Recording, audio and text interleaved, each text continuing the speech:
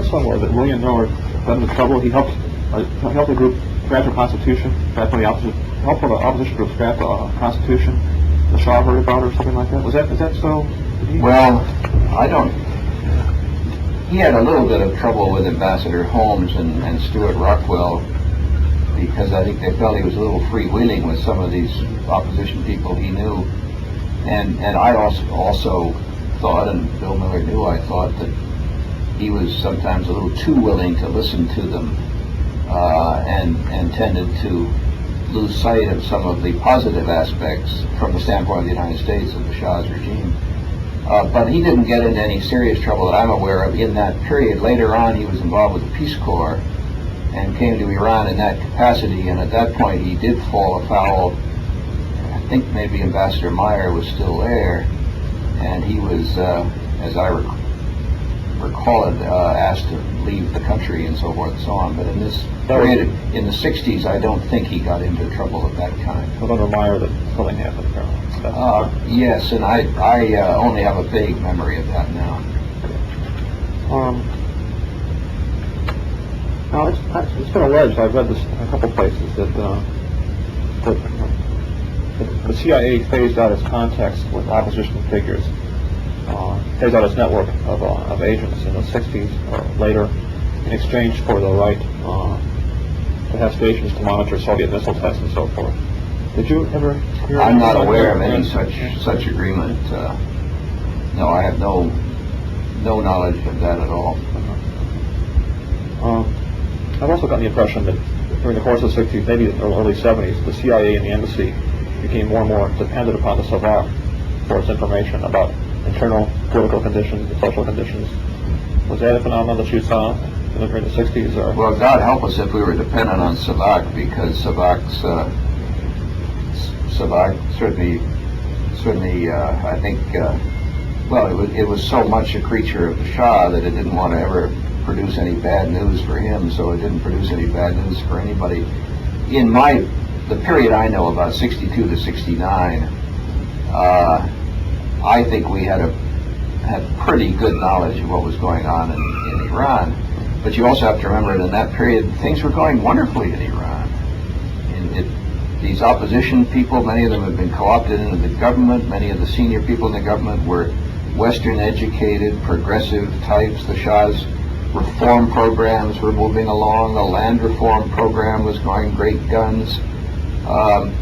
Sure, there were people on the outside who were... I used to go and see Abu Hassan Ebdahaj regularly because I felt he helped me keep in balance. He'd tell me all the awful things the Shah was doing, and through those means I felt I kept myself in perspective. But it was hard to deny in the 60s that the Shah was doing extremely well, and that our interests were being very, very well served. Okay. Now, towards the end of 62, the Shah announced a 6-point White Revolution program. I guess in early 63, he had a national plebiscite on the 6-point program. How did embassy officials evaluate this effort, this reform program? Well, the part of it that I had most to do with was the land reform program. And we had, all of us, I think, steeped ourselves in some of Anne Lambton's writings and Wolf Latojinsky's writings and so forth on land reform, and I think we were well aware of the pitfalls that you can get into if you give peasants land and yet don't supply the financial wherewithal, seeds, and all the other things that peasants need to make land reform a success. I spent a lot of time going out around the boonies in Iran, just dropping in on villages and seeing how things were going, and it was a mixed bag. Politically, I think in those years it had a positive effect in terms of popular support of the regime. Now later on, when some of the problems of land reform or some of the diversions from the original principles were adopted, then it was a different story. Now there were other aspects of the reform program which also I recall something about. One was the literacy corps, where young urban people, were sort of modeled after our Peace Corps, were sent out into the boonies to teach people how to read and write. Martin Hertz and others raised the question as to whether sending a bunch of city kids out into the rural areas wouldn't cause more trouble than it would solve problems. So I think we had a realistic view of some of the difficulties that the reform program would give rise to, but at the same time I think we felt that from a political standpoint, that is, say, from the standpoint of the longer run stability of Iran, these were positive developments. I got the impression that in early 63, during spring of 63, some officials in Washington, apparently including Robert Comer and Kenneth Hansen, were sort of questioned whether the pace of reform was fast enough, whether the embassy in Tehran was putting enough pressure on the Shah to execute his programs, whether the U.S. should intervene to get the Shah to take a stronger approach on reform. They accused the embassy apparently of having a passive approach to the question of reform. Did you get that? Okay. Did you get a sense of this debate? Well, this goes back to something we were talking about before, the Holmes versus Comer and Hansen argument. Holmes, I think, felt the same way about Hansen as he did about Comer, maybe even a little more so, because Hansen really tried to preach to the Shah as to how one of the interesting documents that I hope lies around the file somewhere still is Hansen's farewell interview with the Shah, and it's a very revealing document as I remember it in terms of Hansen trying to tell the Shah how to run the country. Now, Holmes just wouldn't operate that way. We weren't the imperial power running Iran, and there was you had to handle the Shah in a way that you would persuade him that such and such a policy would be in his interest, not preach to him. So there was a fundamental difference there on how you dealt with the Shah. And I would add to that, and this may be hindsight, that Iran was, in those days, well, obviously still is, a very traditional society. And you don't move traditional societies quickly. In fact, in retrospect, it's clear that one of the reasons the Shah got into trouble was he tried to move Iran too quickly. So I agreed with Holmes then, and would agree with him in retrospect, that you had to have a gradualist reform program. You couldn't change a society like that overnight. In terms of the land reform program, was there any debate over whether to influence the pace of the reform program, the allocation of land among small peasants and so forth? I don't recall our getting involved in the pace of the reform. I think, if I do remember correctly, some of us were amazed that it was moving ahead as rapidly as it was, and seemingly as successfully as it was. We were aware that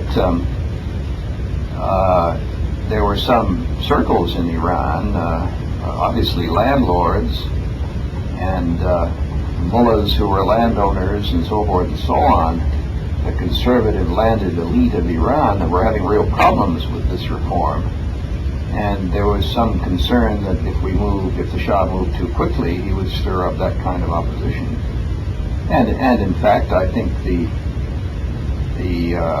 riots, uprising, whatever you want to call it, was it June '63? Yes, it was. Had some relationship to land reform. I think this was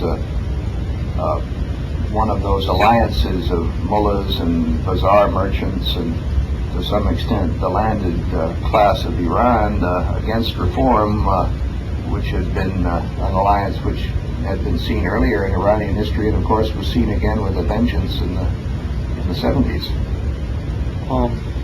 Probably in April '63, during a tour of Asian capitals, Secretary of State Russ stopped in Tehran. Did he make frequent stops? I remember Russ being there 2 or 3 times while I was there, but I don't remember myself having much to do with those visits. I saw a lot more of Russ when I was country director, where I was involved in the Washington end of our Iranian policy. But again, you have to recall I was number 3 or something in the economic section and fairly far down the line in this period. Okay. You mentioned a minute ago the June '63 demonstrations and riots in the major cities against the Shah, against the Shah's program. Now, how did embassy officials interpret this development? How did they Well,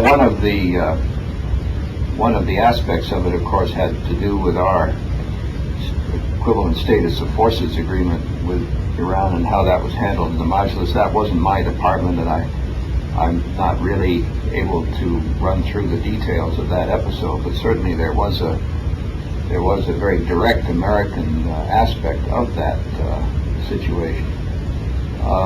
Again, I can only talk from my own recollection of it.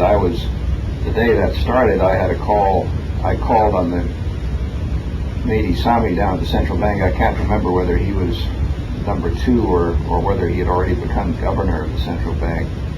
At any rate, the governor was a man named Pur Homayun, who was something of a Neanderthal, so Sami was the guy who I dealt with when I wanted straight answers.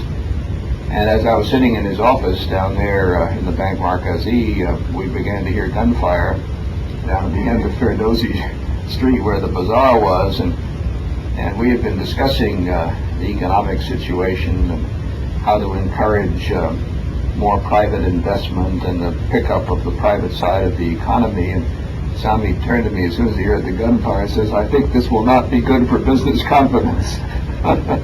And so that was one of the ways I had of looking at it. My memory is that it was put down rapidly and ruthlessly, and its after effects on the economic and reform situation from where I sat were not terribly significant or long-lasting. I think anybody, Iranian or foreigner, in thinking of investing in Iran in those days, usually had engaged in some political risk analysis, and I doubt if that added a great deal to the fears they might have felt already. Was there any concern among the embassy officials about the degree of violence used, that it might have a counterproductive effect first? I don't really recall on that. My memory is much more on the other side, that we felt the Shah had been very decisive, and this was an indication that he really was in charge. Okay. Now, you mentioned a minute ago that you were talking with the person of the central bank about efforts to encourage private investment. What kind of programs did the U.S. try to encourage in that respect? Well, one of the institutions that we paid a lot of attention to in those days was the Industrial Mining and Development Bank of Iran, which had been started certainly with World Bank or International Finance Corporation help, but the United States, again, I don't remember the exact financial arrangements, but I think we had put some money into it also, maybe the Exim Bank or elsewhere. It was the Iranian vehicle it was the Iranian Investment Bank, really. It was the bank in Iran that was involved with encouraging, through financial means, private Iranian investment. And it was very well led. Sami was able to bring Qasem Karaju back from a position with the World Bank in Washington to head it. Its deputy head was Reza Amin, University of California trained fellow, first rate. His father had been an industrialist in Isfahan. Its chief economist was a man named Feridun Madavi, who in the 70s became the Shah's very controversial Minister of Commerce, but who was a German-educated former National Fronter. And a good economist. Its legal counsel was Cyrus Ghani, an American-trained lawyer, again with National Front connections. He never did directly work for the government. So it had a superb, well-trained staff, and we were doing our best to encourage that particular operation. And we were, of course, talking to a lot of American business people who were looking the situation over. But there was very little American investment in that period. That came much later with the big oil boom of the 70s. Were any major corporations making small investments or beginning to make investments at that time? Or outside the petroleum sector, not much, if I recall. Foremost Dairies, which later became part of McKesson Corporation, but isn't any longer. They had an operation there. It was pretty small stuff. some agriculturally based investments, but until the 70s, this was pretty small. Did you work on monetary policies, or? Well, I followed monetary policies very closely in watching how the central bank was doing and so forth. In the early 60s, the IMF sent a team there to work on monetary policy in Iran. Do you know if the IMF had a role later during your tenure there? Boy, my mind is blank, which may or may not be significant. I remember regular IMF reviews of the Iranian situation run by a very fine man at the IMF named John, it's either Gunter or Gunther. And the only reason I'm hesitating is because, of course, John Gunther was the name also of that. Is he an American? Yeah, he was an American. I think it's Gunther, because I think he was with Treasury earlier. Yeah, and so there were regular reviews of the Iranian monetary situation. They looked at domestic and foreign credit and money supply and all the things that the IMF is supposed to look at. And I thought were very helpful to the central bank and the other financial people in Iran, but didn't have a great deal of influence because they didn't have much leverage. Iran, as it became increasingly prosperous, didn't need the IMF so much. And certainly in fiscal reform, which Iran needed a lot of and wasn't getting much of, tax policy and things of that kind, they had very, very little influence. But their reviews of the Iranian economy were very helpful to me. They gave me insights I never would have had otherwise, and I suppose I could play that back in some of my conversations with Iranians, and the IMF and the embassy were mutually supportive. Okay. Now, after Lyndon Johnson became president in late '63, I guess in the following year or two, is there any shift in the direction of policy towards Iran? Yeah, I think if you'll pardon the word, crusading aspect of some of the people around Kennedy dissipated pretty quickly. Johnson was not the kind of fellow who was going to tell other chiefs of state how to run their business. He was going to look after American interests and maybe do some prodding and pushing here and there. But the kind of Bob Comer, Ken Hansen activity was over by then. Actually, I think Holmes had won that victory even before Kennedy was assassinated. So the push for reform receded in those years. Well, the question of our telling the Shah how to run his business receded. The American enthusiasm for reform did not disappear because we continue to believe that reform programs and balanced allocation of resources were important to Iran's future stability. And until Iran's oil revenues really took off, and the Shah was still dependent to some extent on our credit assistance, we had some leverage.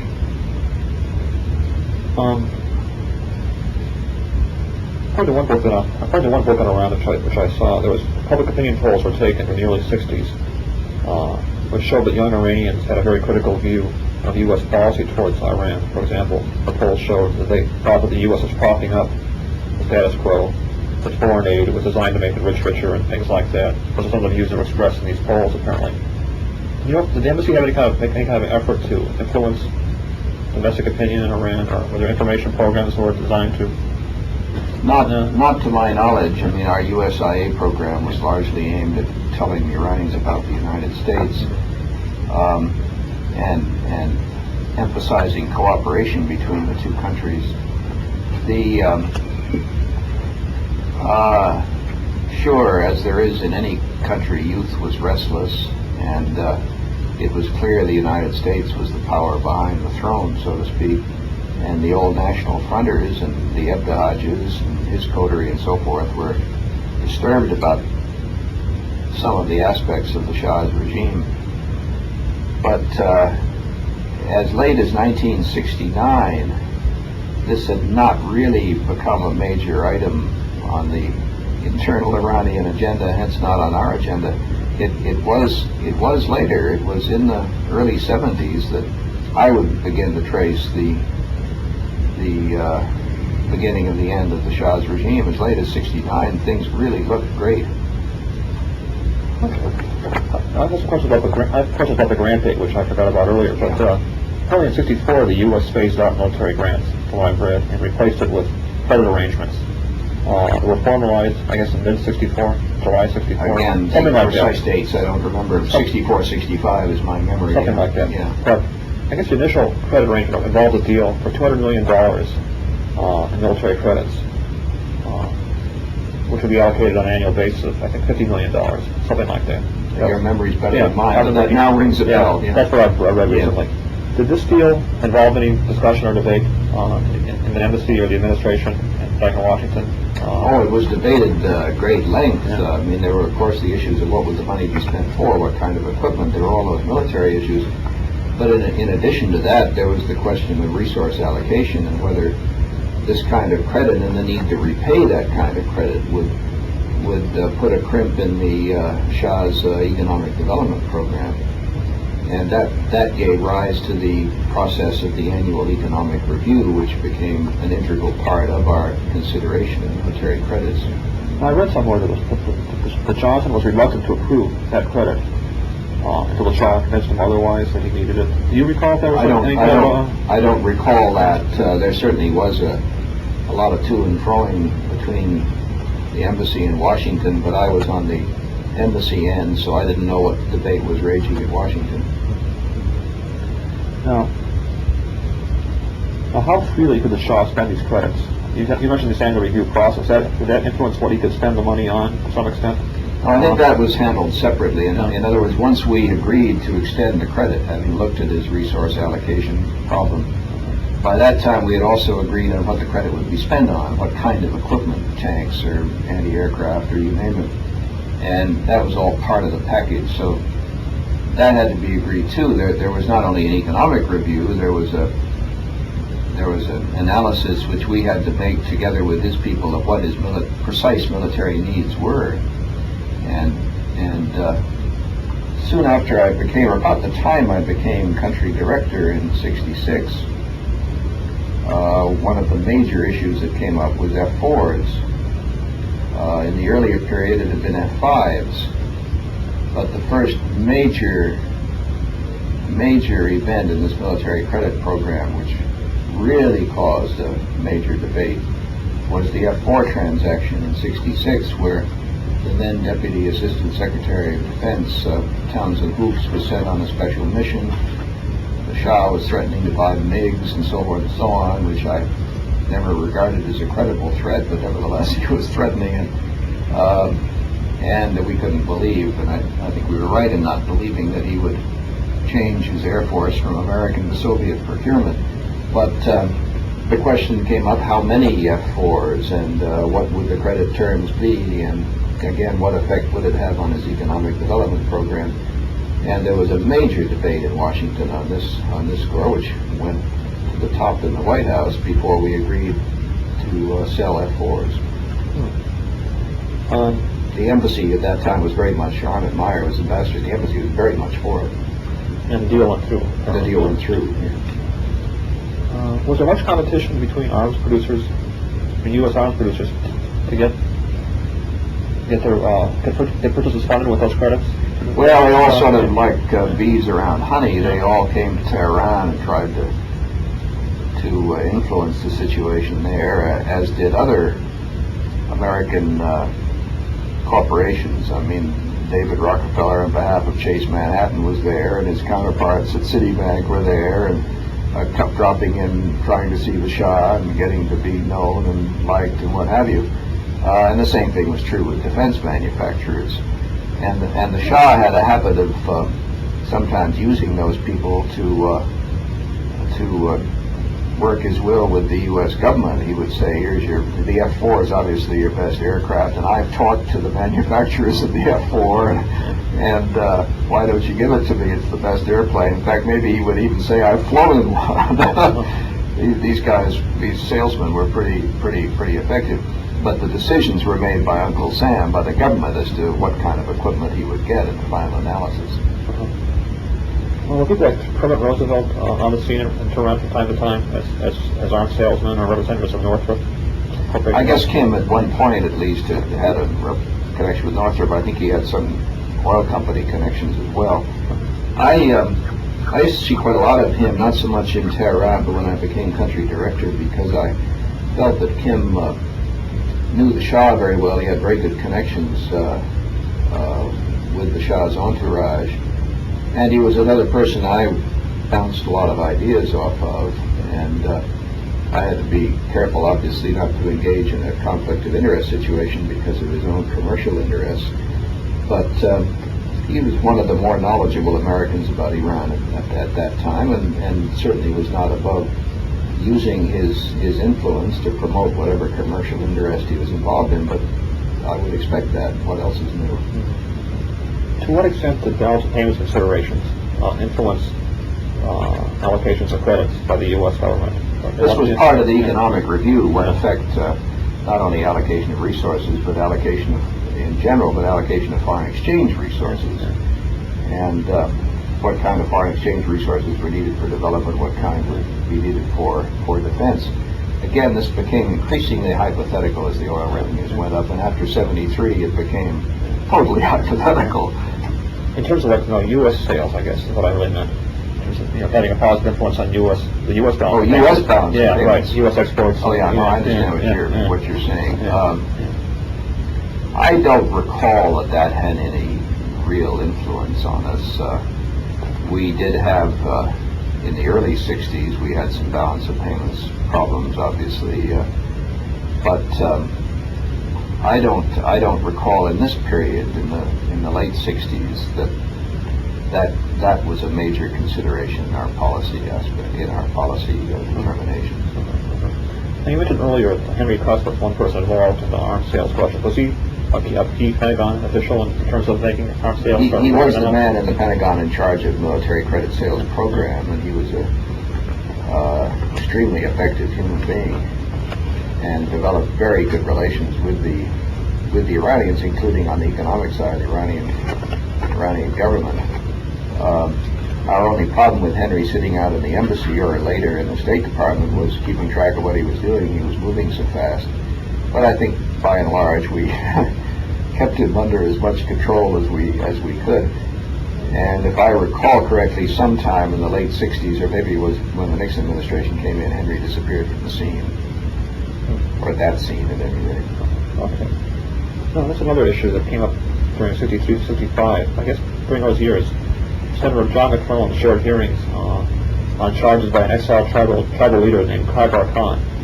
And this person charged the Shah's family had diverted foreign aid funds to overseas bank accounts. Do you remember this controversy? No, I saw in the notes you gave me that you wanted to ask me about Khyber Khan, and I draw a complete blank on that. Okay. I don't have any recollection of it. You'll probably discover in the archives that I wrote papers on it, but I have no recollection of it. It's over 20 years ago. Yeah. That's quite all right. Now, in '65, Armin Meier became ambassador, replacing Julius Holmes. How would you characterize his approach to his position as ambassador?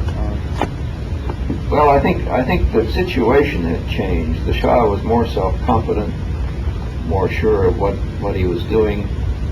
And Washington, as the Johnson administration had come into office, was also less interested in telling the Shah how to run his own show. So the scene was very different when Armin Meier got there. And I think Armin's principal contribution on the matters we've been discussing was to make sure that the policy process ran smoothly, that the embassy, and he in particular, was in charge of the situation, and that when he decided that a request from the Shah should be fulfilled, that the wheels moved smoothly back in Washington, and the policy process met the need. And I think he was very effective. Armin Meier is a very effective operator. His relationship with the Shah was very different from that of Julius Holmes. He and the Shah, I guess, were more close in age. He didn't have the sort of fatherly mien that, or even grandfatherly mien that Julius Holmes had. He didn't have quite the same sophisticated personal finesse. And I think even if our policy had been to try and push the Shah in this way or another, Meyer would not have been effective in that as Holmes would have been. And Meyer really had to deal, though, with quite a different Shah from what Holmes was faced with. Now, I have a question about Phillips Talbot and the Shah. Now, here's a quote from a letter from Kim Roosevelt to General Timberlake at Northrop Corporation. And in this letter, President Roosevelt says, "The Shah has a very low opinion of Phillips Talbot, and said coolly, but fortunately, Iran was sufficiently strong and able to stand on its own feet, so that it need not worry about such incidents in Iranian-American relations, such as are caused by people like Talbot." He goes on to say this one more thing. I do not see him after this meeting with Rusk, but the foreign minister who was present during the whole meeting told me that the Shah was considerably encouraged by Rusk's much tougher attitude on Nasser. This might have had an Egyptian aspect of it.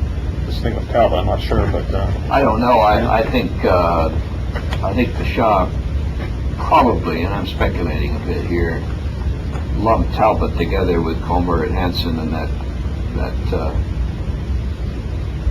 bunch of people around the President Kennedy, that is, who he thought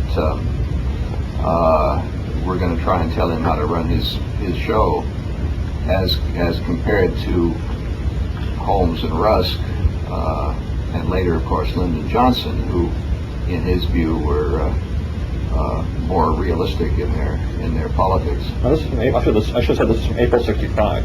This is a little bit later after those debates took Yeah, place. my guess is the Shah still associated Talbot with that period of the Kennedy regime where he felt the administration was trying to lean too hard on him. Okay. But that's just speculation. Yeah. Were there any incidents policies towards Nasser that might have had some reverberations on Iran, on any Egyptian-U.S. relations that might have impacted on the Shah's? Well, the Shah never looked with favor on anybody who overthrew a king. Yeah. And I think the kind of radicalism that Nasser espoused bothered the Shah a lot. Yeah. But what the precise incident was, I don't know. Okay. On June '65, the Shah visited the Soviet Union and accepted an offer a Soviet offer to construct a steel mill in Tehran in exchange for payments of natural gas. It was a steel for gas exchange, basically. Did the Shah discuss this plan with embassy officials in advance of his visit? Was there any forewarning made? I don't know. Yeah. My guess is it would have been uncharacteristic of him to do that, because he wouldn't want to put himself in a position where the United States would tell him ahead of time that he shouldn't do something at that time. Did this action cause much concern? We had a lot of questions about it, both technical and political. The technical was whether that kind of steel mill was something that the Iranians really needed, and how the barter arrangement on gas would really work. And then, of course, we had some concern about the number of Russians that would suddenly be working and living in Isfahan, and what that would mean in terms of potential Soviet subversion. But I think we rolled with that punch pretty easily. I don't think we regarded that as a real threat in terms of Soviet aggrandizement in Iran. Okay. Oh, I guess during the following year there was a controversy over the F-4, which you mentioned a few minutes ago. Well, the Shah liked to show us that he could play, that he had a Soviet card to play. But I think realistically, very few people in the policy process in Washington took that kind of threat seriously. I mean, we all knew that the Shah regarded the Soviet Union as the only nation in the world that threatened Iran's viability or independence and so forth. But so in the final analysis, none of us ever thought he would jump into bed with the Soviet Union. Of course, he never did. Probably part of the controversy was he complained that the F-4 prices were too high, that you get things cheaper, he would say. Now, did the U.S. drop the price at the end to satisfy the I don't recall. I don't recall what the final terms were. But we made, I do know that we sent hoops over, and there was a long debate in Washington, and we made a pretty hard-headed decision that it was in our interest to proceed, but I don't remember the terms. Okay. Did President Johnson get involved in this decision? I'm sure he did. Yeah. I'm sure he did. And I think somebody at that point, it may have been Katzenbach, who became Undersecretary of State in that period, once said to me that any of these issues involving Iran reach President Johnson, he'll come out in favor of the Shah. I think that was generally the case. Usually I was arguing on the side, obviously supporting Armand Meyer's position, which was generally let's support the Shah. I mean, there were some conditions put on that support from time to time, but basically we were being very supportive. And I knew if I got to the White House, I was going to win a bureaucratic battle. And I don't recall losing any in that period. Even we had some pretty knockdown, drag-out fights with AID on some of the things we hoped they were doing or not doing. And I don't recall losing any major battle with any other part of the bureaucracy in that period. Who were the bureaucratic opponents of the sale of the F-4? The people in AID who were influential in those days, who raised all the questions you would expect them to raise. I think Bill McCumber was the assistant administrator for NISA. John Fenari was the sort of desk officer. They're both still around.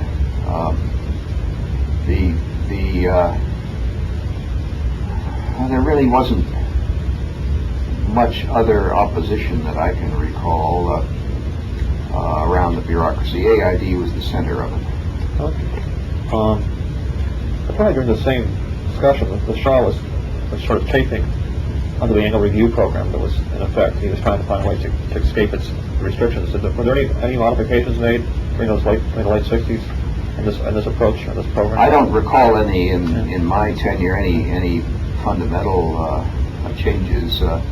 Those came after my watch, after '69, and I'm not saying that in the sense of criticizing the people who came after me, because the conditions changed with the rise in oil revenues. Again, I guess in the following year, in January '67, there was another Soviet-Iran deal involving the barter of natural gas for Soviet military vehicles. I think this was announced in early '67, apparently, January '67. Again, this agreement caused any particular concern in the State Department? Well, I think we had some concern about the Russians getting involved in the supply of military equipment, and we watched that very carefully. And in that period, again, up through '69, my recollection is it was mostly trucks and maybe some anti-aircraft guns and pretty unsophisticated, maybe some armored personnel carriers. They may have gotten into that kind of vehicle, but they didn't get into sophisticated aircraft or tanks or major items of equipment. And in the end, we didn't really lose much sleep over it. Okay. I think the Shah hoped we'd lose some sleep over it, but that's one of the reasons we didn't lose sleep over it. I see. Yeah. During the summer '66 controversy over the F-4, I guess you became country director. Yeah, I must have sometime in that period. Yes, well, I was in. I cut short my home leave and so forth because this had become a major item, and they wanted me to rush back and take charge of the desk. And it must have been May or June '66 that I did that.